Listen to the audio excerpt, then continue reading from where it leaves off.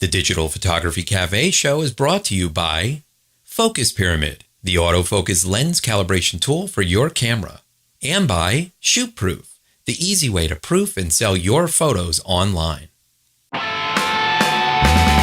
Welcome to the Digital Photography Cafe show. Join hosts Trevor Curran and Joseph Christina as they chat about the art and business of photography.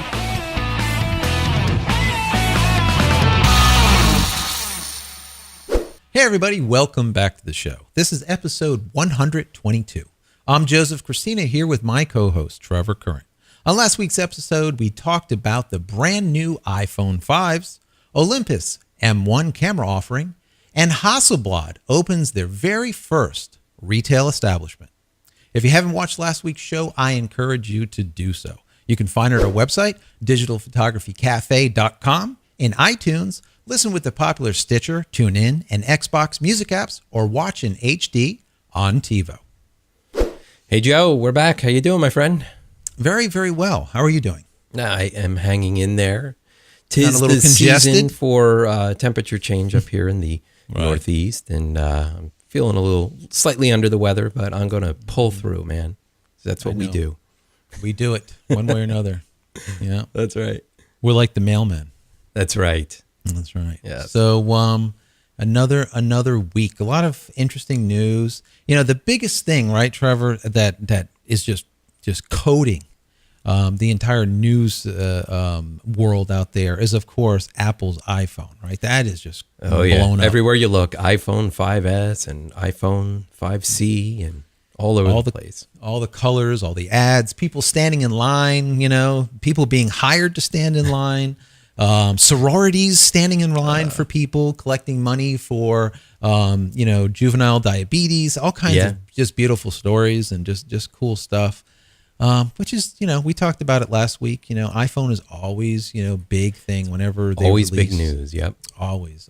But iOS7 now this week is kind of, in the news because it's finally released, right? Yep, it hit the market. You can actually download it now for your existing phones, and it's also going to be shipping on the new iPhone 5S and C when you buy them, which is cool. And it really looks like a cool interface. I mean, it's completely revamped. It's totally new. It's got a lot of translucencies in it, and we kind of talked about this on one of the other shows and stuff. It's really interesting, and I know my wife upgraded her 4S, and it took forever. She said it took forever to download. We got it hooked up to the Wi-Fi here in the house, and it just took forever. It took forever to install.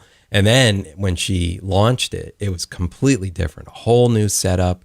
Had to go through all that again, and a lot of the buttons and the commands and things that she was used to, I've moved.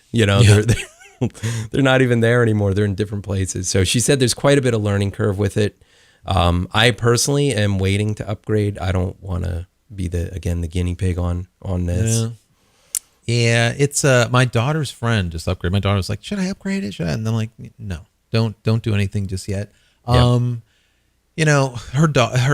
daughter's friend ended up upgrading. It took, I think it was 22 hours for the full process to go through because it was probably so inundated and the connection that she has and the speed of this and that.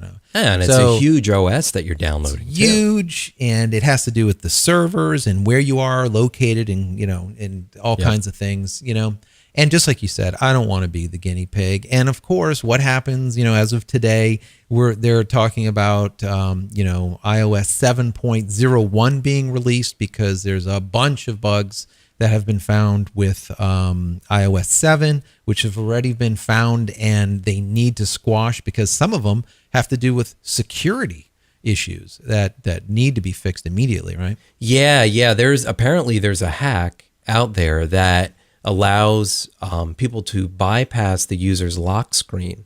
And, Mashable kind of gave a step-by-step on how this is done.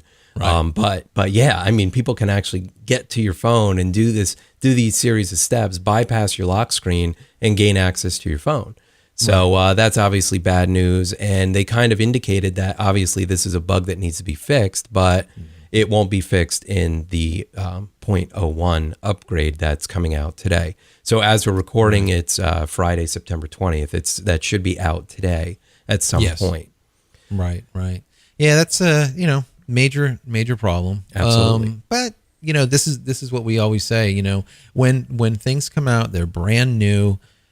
Be leery about upgrading immediately. Just if you can wait, unless it's something that you just you want to be on the cutting edge, bleeding edge continuously. Right. All right, go ahead. If it's non-production and you really don't care that it turns into a brick, or you don't have a certain functionality because there's a problem, well then go ahead and do it. But for me, just give it a week, give it 2 weeks, and what will happen is they have beta testers that's like this many. As soon as it goes into the general market, and all of a sudden the beta testers, which we shouldn't be, but we are, become this many. Yep. And the problems get found so much quicker. I mean, what the beta testers couldn't find in 6 months, we find in 6 minutes. So because there's just so many of us, right? Yeah, that's right. Well, really, the only people that had it were the developers. I mean, those are the only people who could download the pre-releases of iOS7 and play with them, install them. But they're using it to build their applications with. They're not necessarily using it to troubleshoot the entire software system. So exactly. Yeah, there's a couple other little bugs with it. Something with the Touch ID system, a bug with the with iTunes purchases and stuff. So obviously, if you have upgraded to iOS 7, keep your eyes peeled for the update to come out, today or over the weekend. And it's probably a smart idea to upgrade at that point. Update that immediately for sure. Talking about, beta and being like the beta testers of things. And, I've used Lightroom forever. And, when Lightroom, we went from 3 to 4, and then finally 5 came out, and we ended up upgrading the studio. And I always say, don't put beta into a studio or in type of production atmosphere, and we don't. So 5 came out, and of course we talked about this in the previous, in a couple previous shows, that I upgraded to 5, and I found a ton of bugs with 5 that just completely irritated me, number one, but number two, it really hurt my production. It slowed down everything drastically due to the number of things that I had to do after the fact, after post-production, to get them to export properly in final format. So, yes, that was Lightroom 5. And now we're on, as of today, 5.2, which also includes the Camera Raw 8.2 also. And the funniest thing, Trev, is the biggest bug that I complained about, that people were upset with me. Some people are like, oh, no, this doesn't happen. But the biggest bug that I complained about is the main bug that they stomped in revision 5.2. Yeah. Their number one says output sharpening and noise reduction were not applied to exported images that were resized to less than 1/3 of its original image size. And that was my exact point of contention month ago, whenever we did the upgrade, because that was huge. We had to then export full resolution images and then create a script to take, let's say, 400 images and then reduce them after the fact, in, let's say, Photoshop or something. Yeah, I remember us talking about this, and it was a real problem. I mean, see, this is the problem, people. We say don't run beta, so you don't run beta, on your production machines. But a lot of these bugs that Joe ran into and that they fixed in 5.2, some of them weren't in the beta. They weren't found until the Gold Master, the retail box of this software. So one would expect that that is the stable version, and that should be the version that you install on your equipment in the studio, on all your equipment. And so that's what you did. You ran into these problems, and now hopefully, according to this release, those problems should be fixed. And I guess, I know you downloaded it, right? So we'll hear more about that. Yeah, I'll report back on it. I just downloaded it today, did the install. It was 454 megabytes for the download.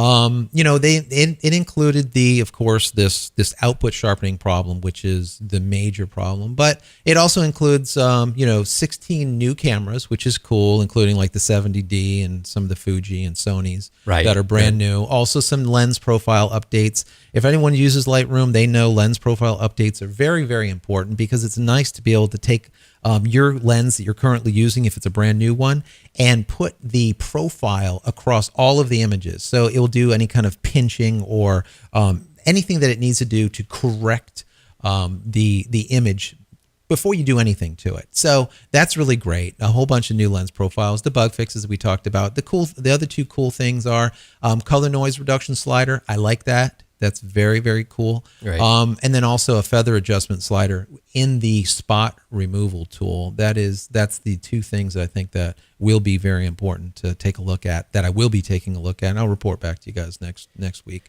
But yeah, I mean, the number of bugs, that they stomped out of this thing is like a list that I don't even want to go into. It's like 2 pages, which is unbelievable for a full release of 5. But regardless, someone dropped the ball there. There was a problem with QC somewhere in the lines. Yeah. Either that or they just weren't getting enough reports back from their beta testers. Thinking maybe it was something weird on their end, it was an anomaly or what have you. But that's the point of beta testing. You're supposed to report back all anomalies, all odd things, so the developers can try and recreate the scenario and fix the problem. So, I think, honestly, I think they were spending too much time on Creative Cloud.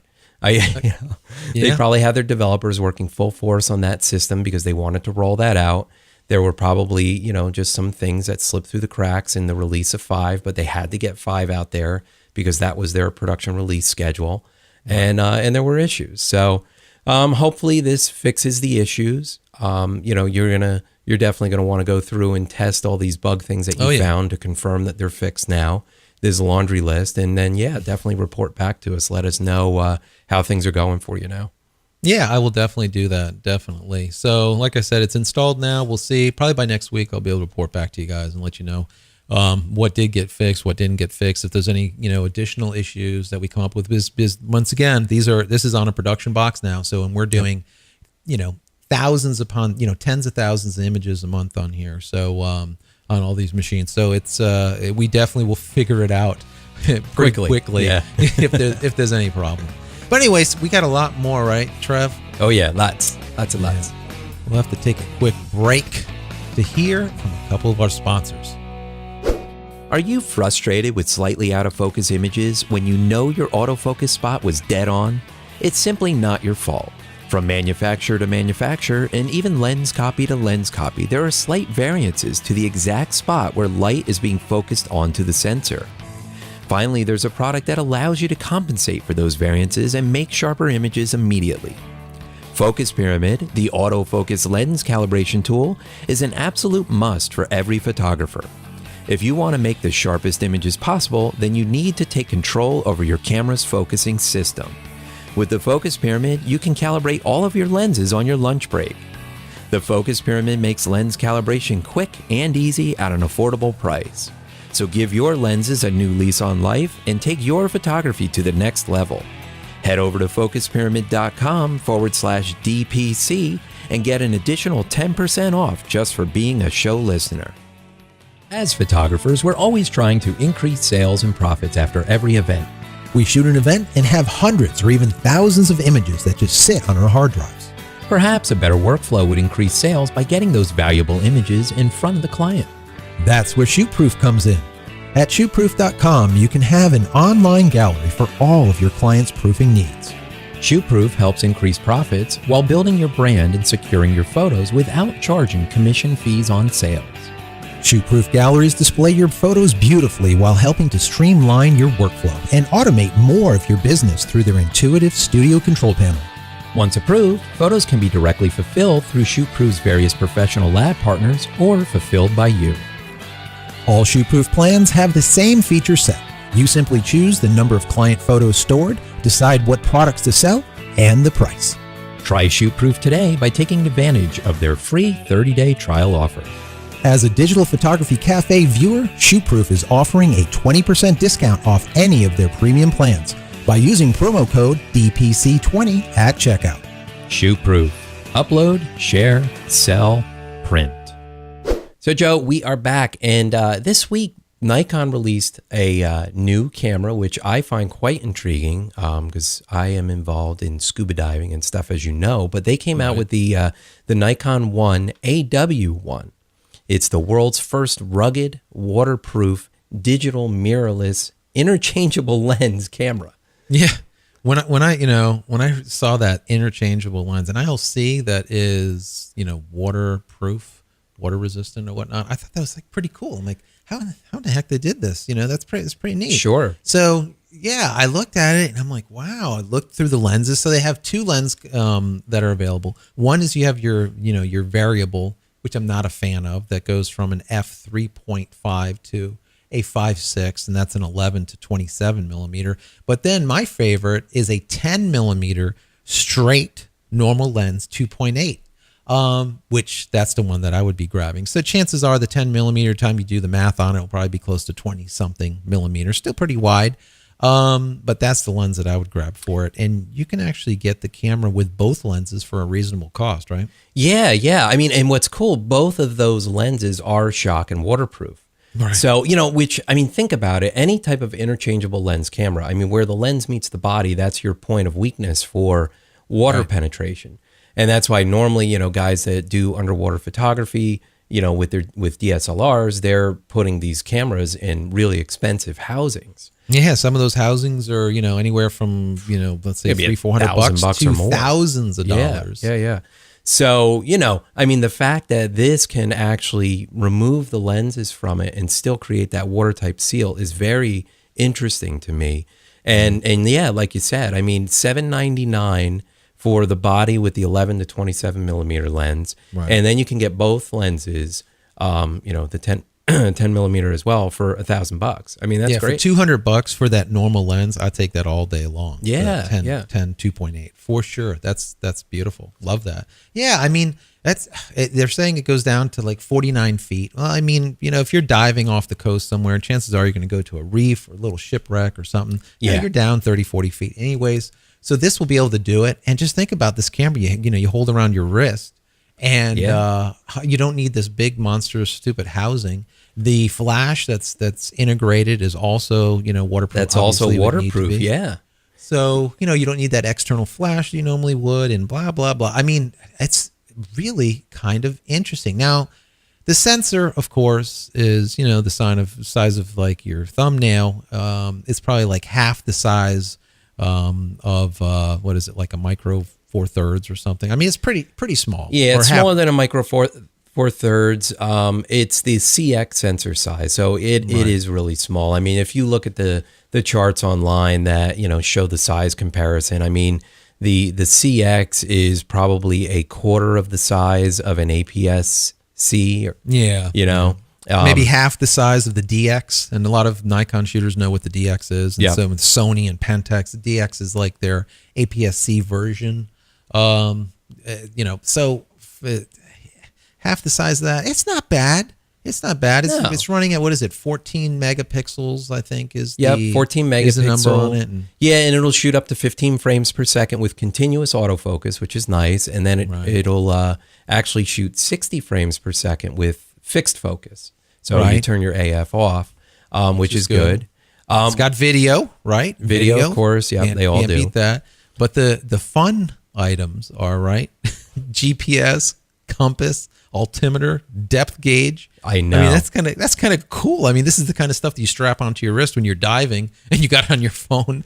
I don't know if I'd use it, for something that's mission critical or your life critical, but still the whole idea, that's really cool. Imagine GPS, you're 49 feet under the water or whatever. Yeah. And it's locating, if that's dropping that EXIF data in the photos, which I assume that it would be. Yeah. It's great. You've got your geographic location from the GPS, you've got your depth. And also with it having the altimeter / depth gauge, if you're up high, it will also, add that information in there. So you're on a mountain. It's like, you're at 2,000 feet elevation or whatever. Yeah. It's cool. It's cool. And this is where, cameras are going. And this is the type of technology we're going to see as pros in our pro bodies. That's just where we're going with this. Yeah, that's right. We talk about this, it seems almost like every week that some form of an, ILC comes up and we, this mirrorless deal, and we talk about it and stuff. And actually, the mirrorless technology hitting the pro level really kind of transitions nicely into our next story. There was this video we found online. So you picture the scene. So It's an You know outdoor. what? Hold on, Trev. I'm going to actually play it. All right, So yeah, why don't you play it? if you guys are watching, you'll be able to see it. If not, you'll be able to hear the background. Let me just go ahead and play this real quick because you just have to see this. This is just, it's comical. Yeah. I mean, at least. Hold on. Here we go. Lawfully, and in accordance with God's will, you do now confess it. We're still good, huh? Please, sirs, leave. Oh man. Please. Where do we be? Anywhere other than here. Okay. This is a solemn assembly, not a photography session. Please move, Oh my. or I will stop. I will stop the ceremony if you do not get out of the way. Awkward. Oh, man. Look at their faces. I know. This is not about the photography. This is about God. Ooh. God. Ooh. So That for those of hurts. you that are listening to the audio, not watching the video, so basically this is an outdoor ceremony. And it looks like it could potentially be in somebody's backyard or something. It kind of looks like there's a house in the background or what have you. And they have an altar that they set up front. And the audience, there's a lot of people in the audience, both sides of the aisle. The wedding party, looks fairly large. It has to be like 7 or 8 bridesmaids. Yeah. So it's this is not a small wedding. No, and the photographer and videographer park themselves right behind the altar, right behind the minister, shooting everyone's faces, which is fantastic. But if right over his shoulder. literally guys. right over his shoulder. over his yeah. shoulder. I mean, And they what- probably could have reached out and touched him. That's how close they were. Yeah. And you know what? You probably couldn't hear it too well, but I mean, we can hear it. And this guy, whoever's the photographer, is motoring. The thing's going. He is rapid firing like just 8-10 frames per second.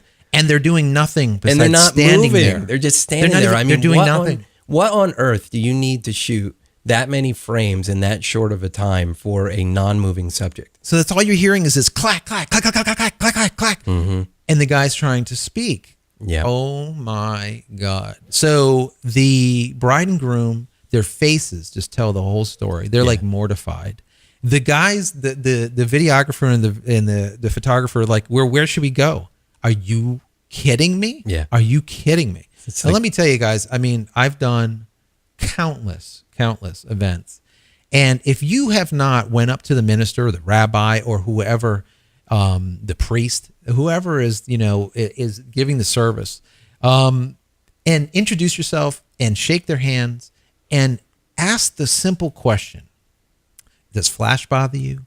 Does noise bother you? Is there a specific location that you don't want me? Let's say if it's a priest and there's the altar. The well, altar you can't go, peering you over can't my go shoulder. past this carpet. Over my shoulder would probably not be a good spot. Don't rest Why your don't you- 200 millimeter on my shoulder. I Exactly. would appreciate that. Do not strap your GoPro to my forehead while I'm, ministering. I mean, it's like, holy God, are you kidding me? I know. But this is the stuff that happens all the time when brides hire, these photographers that have not been doing it. Obviously, this guy is doing the classic, spray and pray method of photography where he's, ending up with 5,000 images. He might as well be shooting video because you're going to be looking frame by frame, 30 at a time. And that's all you get is like a couple of blinks and maybe a smile in between. It's ridiculous at best. Yeah. Absolutely ridiculous. So It really Wow. is. I guess when you hire Uncle Buck, you can count on it to get bucked up, right? absolutely. Absolutely. I mean, it's like, wow. Yeah. This was definitely one of those times, so how do you fix it? The bottom line is, like we just said, you got to talk and talk to the minister, find out what they like and they don't like. I tell you what, there's been events that I've went to where the flash is no problem. I go to a rabbi and say, what is it that you don't like? And I'll ask him that. Not Sure. what do you like? What don't you like? He It's said- just common courtesy, He said, you right? could be anywhere. I just don't want to hear you. So as soon as I hear that, I know I'm shooting Canon. They are notorious. They're notorious for being the loudest damn cameras. Yep. Those shutters are just going nuts. They're like clong, clong, clong, clong. It's just loud. And so what do I have to do? Now I have to shoot from far back with like either a 300 or a 200 millimeter lens. Yep. And now I can clack away and I'm not disturbing them and I'm not disturbing this religious, proceeding that's going on. That's right. And that, just like what the minister said here, this is not a photography session. It is a religious event. It is, That's right. This is sacred. It's between them and God. Whoever your God is, it doesn't matter. So, That's right. And the bride and groom will certainly understand that. I mean, if the officiant says, no, you can't be up front, then you know that you're not going to have face shots during that ceremony. Right. They're not going to complain to you after the fact either. That's right. And I mean, if they allow you to put an unmanned video camera on a tripod and just hit record and let it go, somewhere where it's kind of tucked out of the way, but it's front, it's pointing towards the faces of everybody. I mean, that would be one thing, but yeah, I mean, it's just common courtesy. You've got to talk to the players involved. I mean, last week we talked about the photographer stepping in the videographer's shot, Yeah. The opposite happens all the time, The DJ is in the way all the time because he's out on the floor and gets in the middle of everybody dancing and you're trying to get shots. I mean, that's why you all need to work together and figure out what your plan of attack, Absolutely. And a little trick that we do, a little tip here is, it's funny, I was making a comment of strapping a GoPro, to, the minister's shoulder or his forehead, which would be very cool. But if you were to take a GoPro or some kind of small camera and put it onto a micro tripod or, grip it, clamp it to a pole or somewhere that's, discreet, you could hit play on that or record on that. Just let it roll. Let it roll for an hour, however long it is. Yep. Absolutely. These cameras now are capturing, 720p. They're doing 1080. They're doing very, very good captures. Now, what you can do is you can pull frames from that video, and obviously they are not 8x10 frames that you're going to be able to use. No. But if you're making a book for them, normally a book is an 8x8 or 10x10 or 12x12. Yep. Even if it's 12x12, you can still use some of those images on the 12x12. They're only going to be 3-inch images. Just make them small, yeah. Make them small. They will look good. You could use them for backgrounds on those pages. We do that all the time. Yep, You just will kind of at soften least them out and stuff. Yep. Absolutely. You will at least have some images from that angle that you would never have had before. And what does it cost you? $200-$300 for one of these small cameras? Well, and even from the video standpoint, it's great B-roll footage. I mean, maybe you're shooting with a DSLR, a high-quality DSLR, or a really, a good quality HD video cam or something. Having this HD B-roll footage that you can kind of mix in and stuff like that is also a great idea. So, yeah, GoPro. Absolutely. GoPro or anything small like that. So anyways, we kind of want to leave you guys with something free. We're always trying to give them something that they can get for nothing. And we got a pretty good one for them, right, Trev? Yeah, we like free. So free is good. Yeah, Google's got this service called QuickOffice. It's like these apps, these programs that you can run on your phone and stuff. And, it allows you to read like Word files and things like that. So now they're offering it for free, probably to try and compete with Apple making their iWork products free as part of iOS 7 on new devices. Yeah. And you're also getting an extra 10 gigabytes of Google Drive storage when you get these apps, which is really cool. So what is QuickOffice? Figure, if anyone has used like Microsoft Office, or if they've used OpenOffice, which I've used in the past many times, which is a free alternative to Microsoft Office. It's called OpenOffice. It's been around for a long time. Well, QuickOffice is something similar to that. It will read all of your Microsoft files, so you can bring in Excel or PowerPoints or whatever, PDFs and whatnot. And you can bring them basically into your Android phone, your iPhone, as well as your iPads, which iPads are really good. This app is really good on your iPad. It makes a better interface, user experience on an iPad. You could snap on a keyboard to your iPad and now actually create documents on your iPad. Since it is synced with Google Drive, everything you create stored in the cloud. it's in the cloud. Yep. You can't beat it.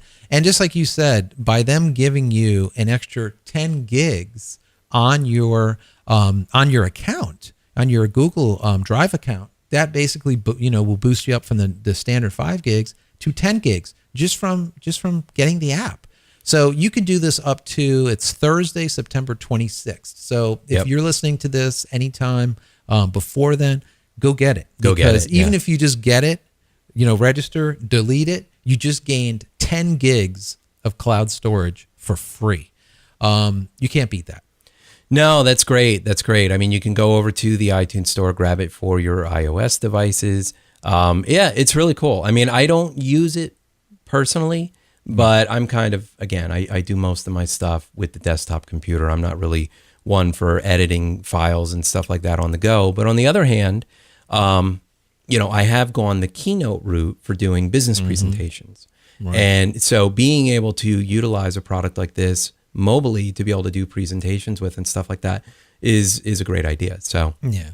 And having access to Word, Excel, and PowerPoint, and being that it's cross-platform now is really cool, because that means you could be editing something on your iPhone, then you can go and start editing it on your iPad, and then your partner who doesn't have an anything that has an Android device can now edit it, on their Android device, maybe their Note, their big, phone. That big huge thing, it's good. It's really good. It's definitely, I think it's really something great to be able to go and jump in on and get that for free. No matter how you look at it, 10 gigs of storage for free in the cloud, you're going to be paying money for that. So yes, that's right. If it's free, it's from me.